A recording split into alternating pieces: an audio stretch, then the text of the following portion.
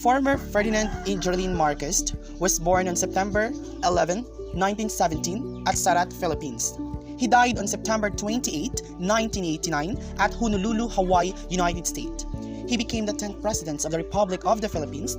As Philippine President and strongman, Marcos led his country into its post-war reconstruction. Initially, his intentions were laudable to improve the economy and to increase the agricultural productivity and to dismantle the oligarchy that had dominated the nation. His greatest achievements were in the areas of infrastructure development and the science, technology development, etc. These are his contributions in the science and technology development in the Philippines. During Ferdinand Marcos' presidency, he enacted many laws promoting science and technology. In the amended 1973 Philippine Constitution, Article 15, Section 9, he declared that the advancement of science and technology shall have priority in the national development.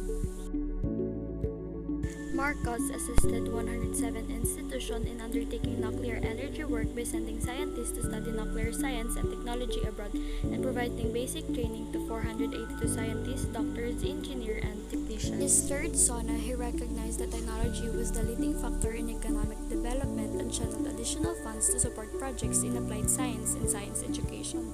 His fourth SONA, he gave a big part of war damage fund to private universities to encourage them to create courses in science and technology and to research. On April 6, 1968, he proclaimed 35 hectares of Bicutan, Taguig, Rizal as the site of Philippine Science Community.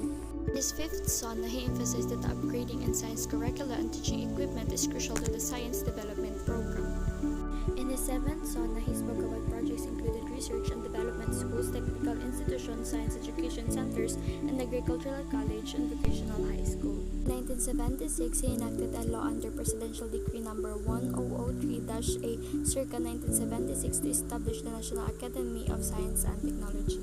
In his 14th SONA, he said that the government invested funds and time in organizations for scientific research. Scientific Career System. The scientific career system was first institutionalized through Executive Order No. 784 on March 17, 1982 by the late President Ferdinand E. Marcos. It was formally organized on July 19, 1983 with the issuance of Executive Order 901 prescribing the rules and regulations to implement the scientific career system. The system was initiated at National Science and Technology Agency, now the Department of Science and Technology, being the primary agency in the field of scientific and technological development. Through Presidential Decree No. 1416, the Civil Service Commission was tasked to administer the implementation of the system with the OSD as its complementor. The system was further strengthened through the enactment of the Republic Act 8439 or the Magna Carta for scientists, engineers, researchers, and other science and technology personnel in the government, which provides benefits and allowances to conferred scientists under the system pursuant to Section 5 of said law. The system is now being administered by the National Academy of Science and Technology or NAST, which also houses the Scientific Career Council Secretariat.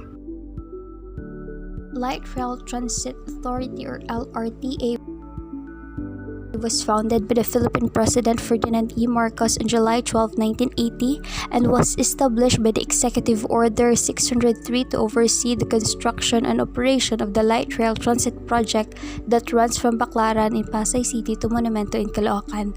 Since then, the LRTA's mandate had expanded to include other Metro Manila Light Rail projects. This LRTA's activities were centered on establishing policies, regulating, fixing fares, and planning systems expansions. The Light Rail Transit Authority is a public transportation operator in the Philippines that is in charge of construction, operation, maintenance, leasing of Manila Light Rail Transit System. It is a government-owned and controlled corporation that is an attached agency of the Department of Transportation.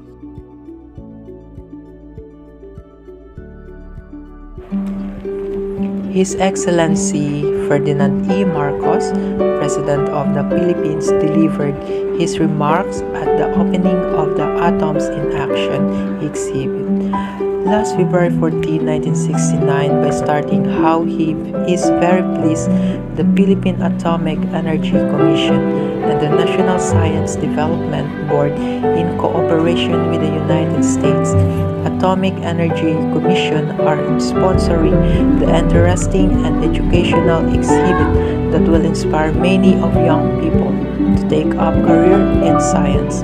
He also said about the budget in 1970 in the National Science Development Board, whose budget will be raised by 5 million. In contrast, the budget of the Department of General Services increased only by 1 million.